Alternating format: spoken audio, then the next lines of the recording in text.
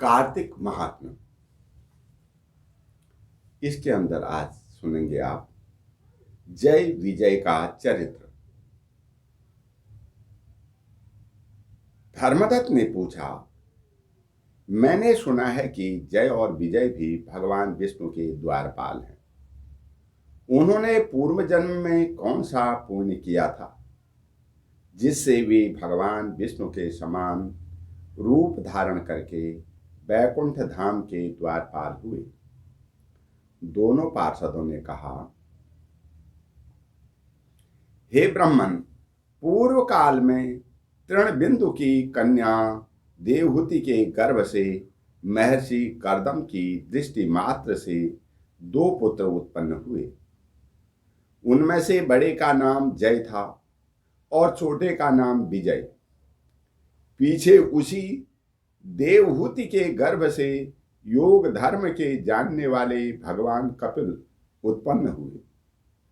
जय और विजय सदा भगवान विष्णु की भक्ति में तत्पर रहते थे।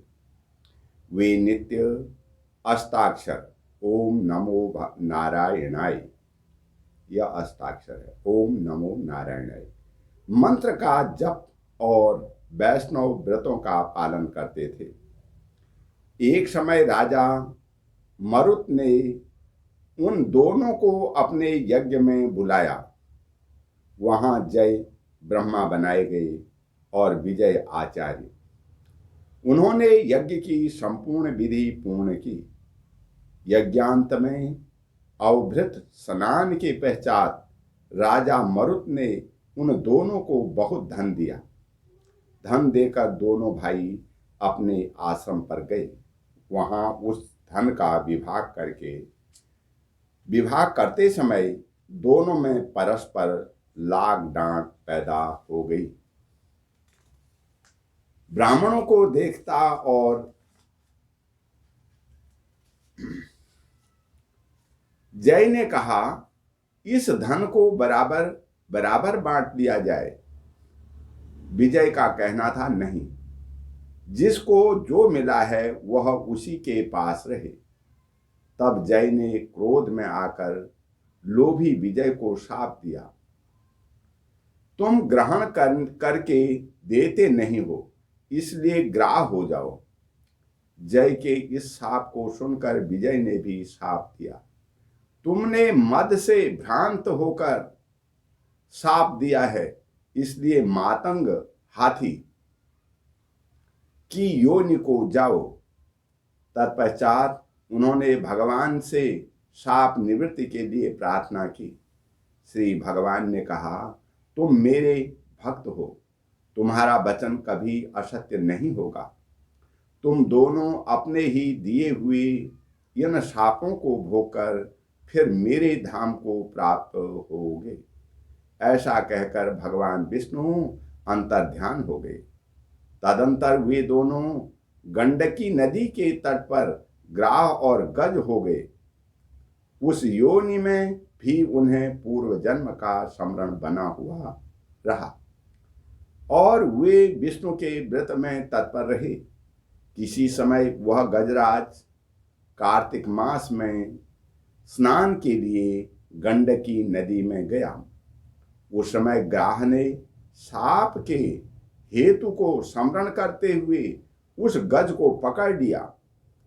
ग्राह से पकड़े जाने पर गजराज ने भगवान रमानाथ का स्मरण किया। तब भगवान विष्णु शंख चक्र और गदा धारण किए वहां प्रकट हो गए। उन्होंने चक्र चलाकर ग्राह और गजराज दोनों का उद्धार किया और उन्हें अपने ही जैसा रूप देकर वे बैकुंठ धाम को ले गए।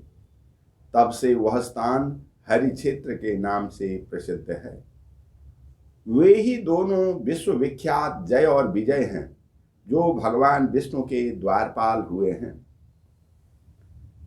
हे धर्मदत्त, तुम भी मात्सर्य और दंभ का त्याग करके सदा भगवान विष्णु के व्रत में स्थित रहो।